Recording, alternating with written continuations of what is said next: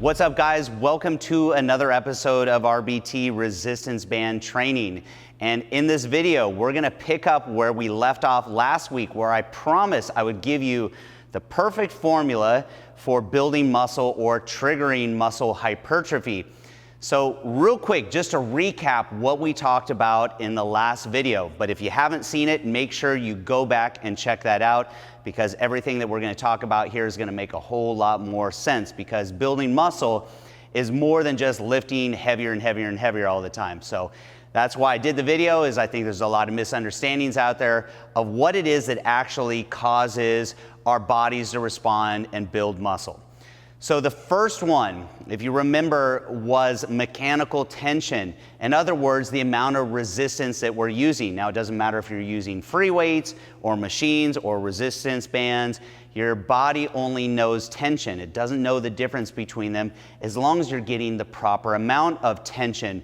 Now, there's more to just how much weight we're using. It's also how long our muscle is under tension. That's what we call time under tension. So the first thing is making sure that we get the proper amount. Now, we know based on last week's video that we need to be at about 75% of our 1 rep max in order to trigger muscle growth. If we go too light, now we're talking about muscular endurance. If we go too heavy, now we're talking about strength building. So 75% of our 1 rep max is ideal. But doing 1 or 2 reps, that's not going to trigger muscle development, and that's where time under tension comes in. So go back, watch that. You'll know that we need 30 to 70 seconds of time under tension per set to build muscle. So that is number 1, mechanical tension. Number 2, metabolic stress. Now this is where bodybuilders, they actually know this stuff. It's instinctual to them. They know that the pump is very important for triggering muscle growth, and it's true.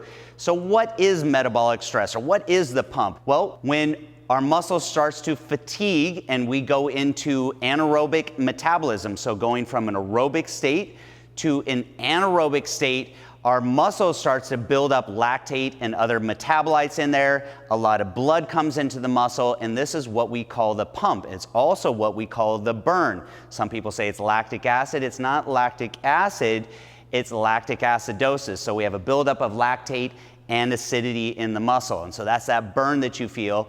And both that pump and the burn are a good thing, because they too are triggers for protein synthesis, therefore muscle building. So that is number 2. And the third one was muscle damage. In other words, we know that if we're sore the next day, which, by the way, that soreness is not lactic acid like some people think. That soreness the next day is actually muscle damage. It's micro tears to the muscle. Now, a little bit of damage is a good thing, and that stimulates protein synthesis. Too much is a bad thing, because all of our protein synthesis is then going towards rebuilding, not building new muscle. So we want to cause just enough muscle damage to go ahead and stimulate muscle protein synthesis. So the perfect formula. We talked about bringing it all together. So what does that formula look like? So on the board, we've got a highlight here, our summary mechanical tension. We know that we need at least 75% of our 1 rep max in order to get the proper amount of tension or resistance. And we know that we need at least 30 to 70 seconds of time under tension. Now, for mechanical tension, to isolate this one separate, although mechanical tension plays a part in these others as well, when I'm thinking about mechanical tension or how to maximize this for muscle growth, I'm thinking about how do I maximize literally the amount of tension that I'm getting. So I'm focusing on getting as much resistance as I can. So I'm even going to creep up maybe towards the 80% of my 1 rep max, to making sure that I'm lifting as heavy as I can and still staying within my 30 to 70 seconds of time under tension. So what does that look like? Well, that's going to be a nice controlled rep speed. So if I were to add something to this list, it would be focusing on controlled rep speed. So a 1 second concentric, a nice squeeze at the top, but a nice controlled eccentric. So we're going to be looking at least 3 seconds of time under tension per rep, multiplied by 10 reps. In other words, I don't want to go higher rep count, because I'm trying to focus on heavier weights and still stay within our proper time under tension, but now we're at the bottom end of that. So moving to metabolic stress, how do we maximize metabolic stress in our workout? Well, now we're gonna switch some of our sets and we're gonna focus on more volume. Have you ever noticed when you do 5 or 6 reps that you don't get that same kind of pump that you do when you're doing higher volume? In other words, like 12, 13, 14, 15 reps. So instead of focusing on 10 reps, we're gonna go as high as 12 to 20 reps, still controlling our rep speed as well, and focusing on peak contractions. We know that peak contractions, when our muscle is in that shortened state, that it drives a lot of blood into the muscle. And that's what we're talking about, driving a lot of blood in there and getting a big pump. To do that, we need peak contractions. You hear me say it all the time. To do that, we need isometrics. You gotta focus on that squeeze. It's the most neglected of the 3 contractions between the concentric and the eccentric.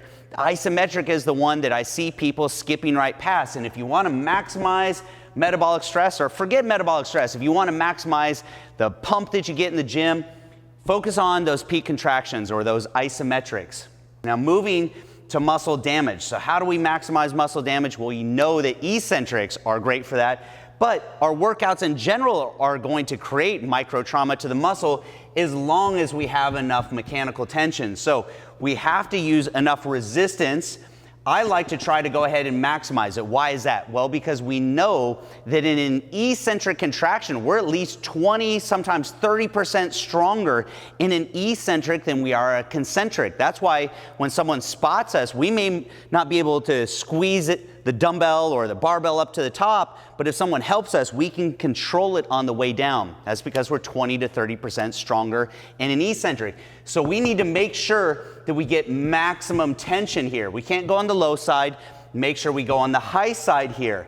We also want to focus on getting more time under tension, not from volume or reps like we did with metabolic stress, but here we're doing it with time under tension on our negatives. We want to go with a 3 to 4 second negative. So maybe it's a 1 second on the concentric, but then controlling it all the way down. So we're talking about 40 to 50 seconds of time under tension with maximum tension on there.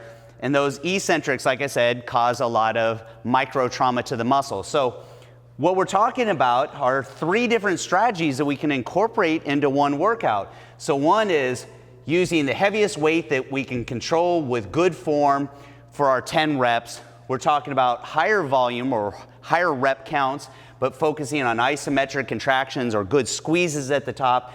And here we're talking about, again, maximizing the amount of resistance that we're moving, but now we're focusing on the eccentric, so controlling those. So all 3 of these, you see that you can integrate, even though they're slightly different, you can incorporate all 3 of these things into every single routine. So that's why you want to vary your rep speed and also your rep count within each of your exercises. So that's why you see people break up their rep and set structure. There's a strategy here. There's a reason you want to do that. All right, with that being said, let's bring this to life here. Let me show you exactly how I break this down in my own training routine using resistance bands and some of the techniques that I use, especially with eccentrics here and adjusting my resistance level with the bands, which is one of the things that I like about band training, which is that linear variable resistance. So I'm gonna show you a couple little tricks here. Trained a long time without ever using gloves, but if you train with resistance bands, I definitely recommend wearing gloves. The friction of the bands will tear your hands up if you don't. People ask me what the downside of band training is, and that's one of them. So make sure you get some good gloves. These are especially made for resistance band training, so they have padding on the sides of the palm, the inside of the thumb, where you actually feel a lot of pressure with resistance bands. You don't feel it on the palm like you do with free weights. So I'm going to show you some tricks here with some biceps exercises, how we incorporate mechanical tension, metabolic stress, and muscle damage specific to resistance band training. Now the first one, we've talked about linear variable resistance in the past, but think of it this way. Depending on where I grab this band, in other words, how much slack I take out of the band, the harder it is, because the more you stretch resistance bands, the harder they are. So if I were to grab this at the top, this is going to be a lot easier than if I grab it much lower and stretch it. Now I've got more tension. So here's one of the cool things. If you've ever done drop sets using dumbbells where you pick up a heavy set of dumbbells, do as many reps as you can, and you set it down and you grab a lighter set and you keep going down. Well, I can do that easily here with resistance bands just by adjusting my grip. So if I grip down low and start off, and after doing a couple reps it gets too hard, all I have to do, just let a little bit of band slip through my hand, not trying to rhyme, and now it gets easier. With that being said, it also allows me to adjust my resistance level.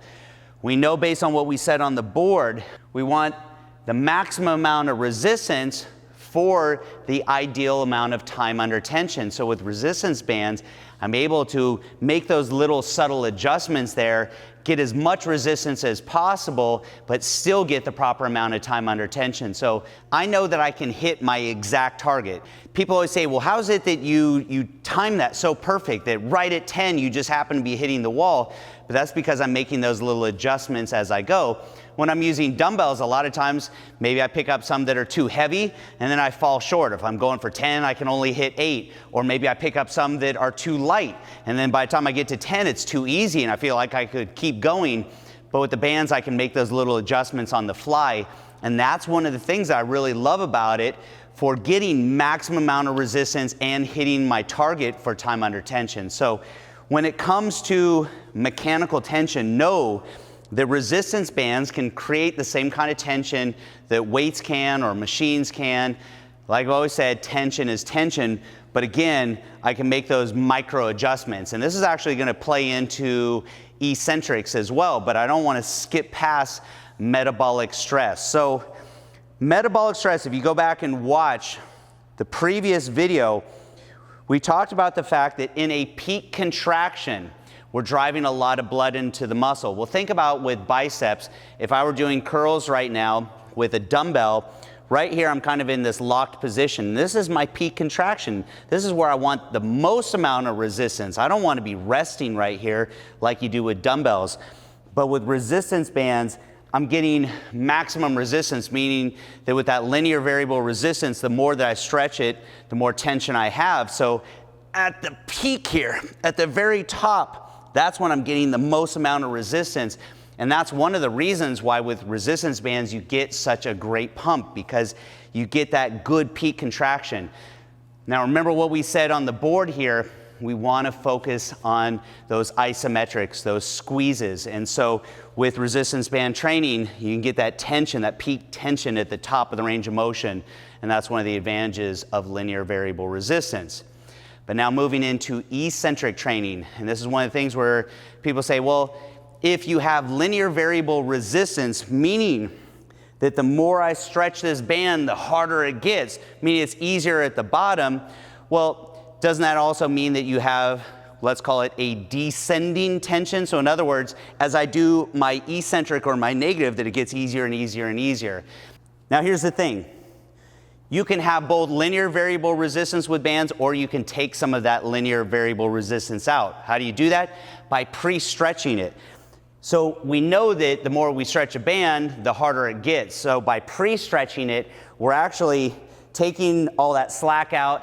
In other words, it's no longer easy at the bottom and hard at the top. It's hard all the way through the range of motion. So it's more of a constant tension like you would get with free weights. So when we're doing eccentric training with bands, that's what I like to focus on. So we want to make it harder by pre-stretching the band. Now here's one of the cool tricks though. If you're doing negatives with free weights, you need a spotter. You need someone to help you on the concentric. So let's say that I take all the slack out here and I make this really hard, and it's too hard for me to go ahead and squeeze up on the concentric, just like it would be with a dumbbell. What I can do is I can squat down and I can get the band in position and I can stand up. Now it's pre-stretch here, and now I just focus on controlling the negatives. And I can do that for each rep.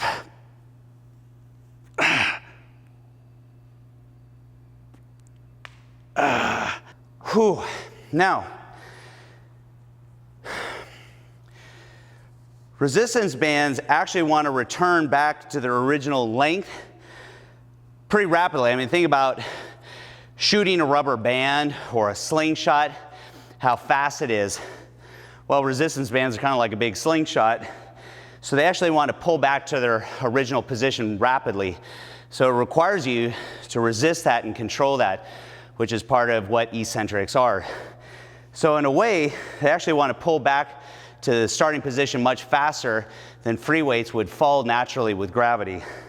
So contrary to popular belief, you can do very effective eccentric training with resistance bands. Now remember, I'm not just advocating resistance bands, happens to be the way that I like to train, but if you train with free weights or machines, whatever you want to train with, still, you want to focus on these strategies, getting the right amount of mechanical tension, right amount of time under tension, making sure that you're getting those peak contractions, those good isometric squeezes, varying your rep count and your rep speed, also focusing on those eccentrics as well, incorporating all those things together. And again, no matter how you train, that's going to help you go ahead and maximize muscle development. So hopefully you found it helpful. If so, give it a thumbs up. Make sure you subscribe and turn on notifications because we're going to be coming out with a lot of content like this and you don't want to miss any. I'm James Grage and this is RBT, and I'll see you guys next video.